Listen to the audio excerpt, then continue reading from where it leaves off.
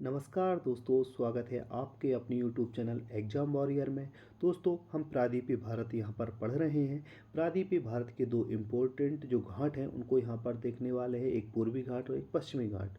तो यहाँ पर पश्चिमी क्षेत्र में जो विस्तार है उसको हम बोलते हैं पश्चिमी घाट, वहीं पर पूर्वी घाट में जिसका विस्तार है उसको बोलते हैं पूर्वी घाट।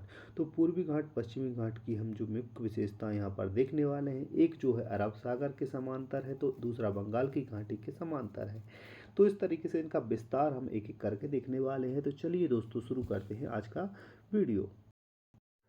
तो सबसे पहले हम देखते हैं पश्चिमी घाट के बारे में। तो पश्चिमी घाट में यहाँ पर दोस्तों एक नदी प्रवाहित होती है जो कि मध्य प्रदेश के बैतूल से निकलती है, बैतूल के मुल्ताई से, और यह अरब सागर में गिर जाती है। यह अरब सागर में गिरती है जिसका नाम है ताप्ती नदी।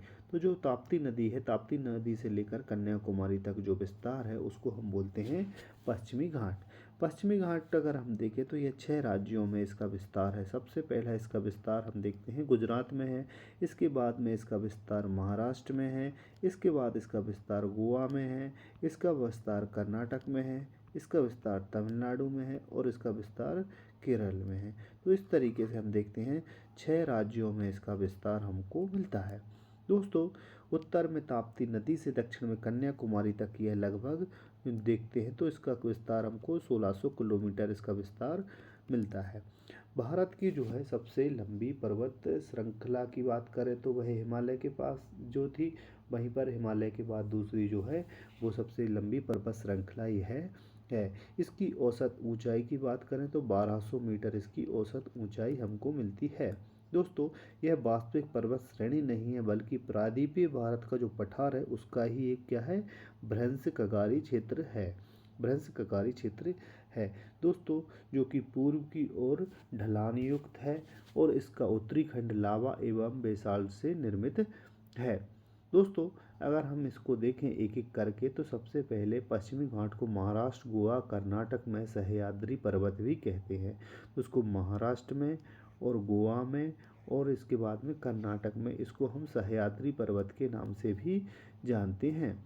दोस्तों, इसकी बात करें तो उत्तरी सह्याद्री और दक्षिणी सह्याद्री भी हम इसको बोलते हैं। 16 डिग्री उत्तरी अक्षांश की रेखा जो कि गोवा से गुजरती है इसे दो भागों में विभाजित करती है। इसको गोवा से जो निकलने वाली 16 डिग्री है उस उत्तरी सह्याद्री में और दक्षिणी सह्याद्री में इसका विभाजन करती है।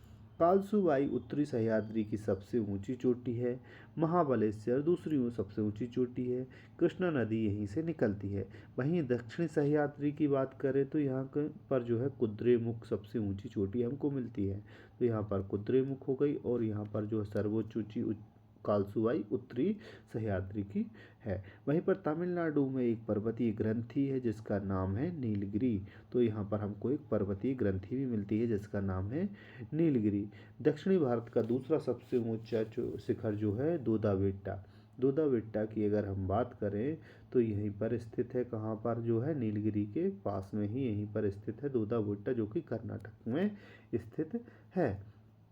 दोस्तों, अगर हम यहाँ पर देखें प्रसिद्ध पर्यटक स्थल ऊटक या ऊटक मंटक जो बोलते हैं वो भी कहाँ पर है, इसी पश्चिमी घाट के पास में है। नीलगिरी के दक्षिण में पालघाट दर्रा है जो कि केरल से जोड़ता है। पालघाट दर्रे के दक्षिण में एक पर्वतीय ग्रंथि है जो कि अनाईमुड़ी है, जो कि उत्तर में अनाईमुड़ी पहाड़ी है और अनाईमुड़ी भारत जो है दक्षिणी भारत का सबसे ऊंचा शिखर भी है जो कि 2695 मीटर इसकी ऊंचाई है। दक्षिणी भारत का यह सबसे सर्वोच्च पर्वत शिखर है। इसके बाद में जो है यहाँ पर नागरकोयल कार्डमम पहाड़ियों जो है पश्चिमी घाट के दक्षिणी भाग में इनका विस्तार है। कोडाई कनाल यहाँ पर जो है एक पर्यटन स्थल है। तमिलनाडु में यह स्वास्थ्यवर्धक पहाड़ियों जो है यहाँ पर पालनी पहाड़ियों के दक्षिण में स्थित है। वहीं कुंवारी अंतरद्वीप से 20 किलोमीटर उत्तरी पश्चिमी भाग अंत हो जाता है।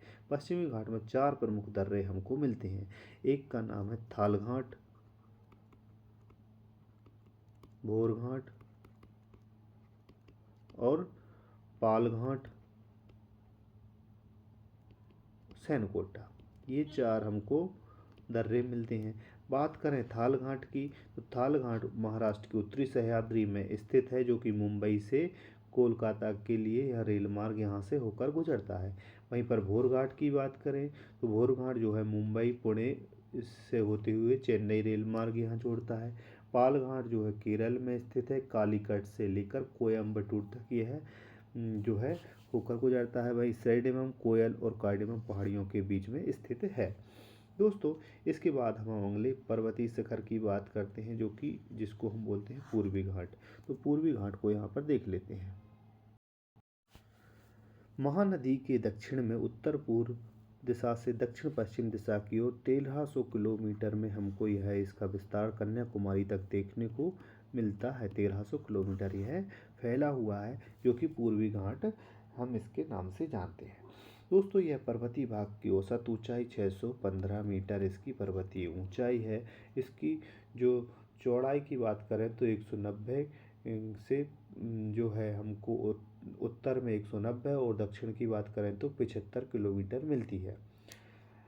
दक्षिण से उत्तर की ओर इन पहाड़ियों को हम नीलगिरी, दक्षिण से उत्तर की ओर यहाँ पर नीलगिरी, नीलगिरी के बाद में हम इसको सेवरॉय, जवादी, पालकोंडा, नल्लामलाई। तो यहाँ से नन्नामलाई, नन्नामलाई के बाद में वेलकोंडा, पालकोंडा, जवादी, सेवरॉय, नीलगिरी, इस तरीके से इसका विस्तार हमको यहाँ पर मिलता है।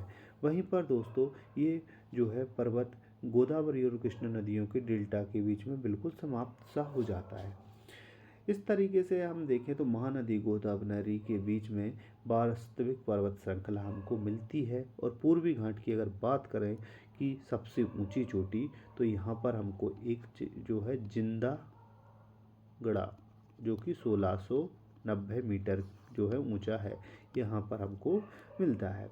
दोस्तों, इसके बाद हम देखते हैं यहाँ पर कुछ और पहाड़ियाँ हमको मिलती हैं, जैसे कि जवादी, जिंजी, कोलामलाई, पंचमलाई, सेवरॉय, कोयम्बटूर, नीलगिरी पहाड़ियाँ पूर्वी घाट में है। इसका विस्तार हमको मिलता है। यहाँ पर साल, चंदन, सागवान के वृक्ष मिलते हैं। चंदन के वनों के लिए मेलागिरी फेमस है। यहीं पर आपको कावेरी नदी के पूर्वी घाट को काटकर हैंगनकल नामक जलप्रपात भी मिलता है। तो ये सभी जो इम्पोर्टेंट विशेषताएं हैं पूर्वी घाट पश्चिमी घाट की हमको देखने को मिलती हैं। तो ये वीडियो बस आपके लिए पूर्वी घाट पश्चिमी घाट के लिए था। बस इतना ही हम देख रहे हैं। अगला वीडियो फिर लेकर आएंगे नए जो है टोपोग्राफी के बारे में, नई स्थलाकृति के बारे में, भारत की।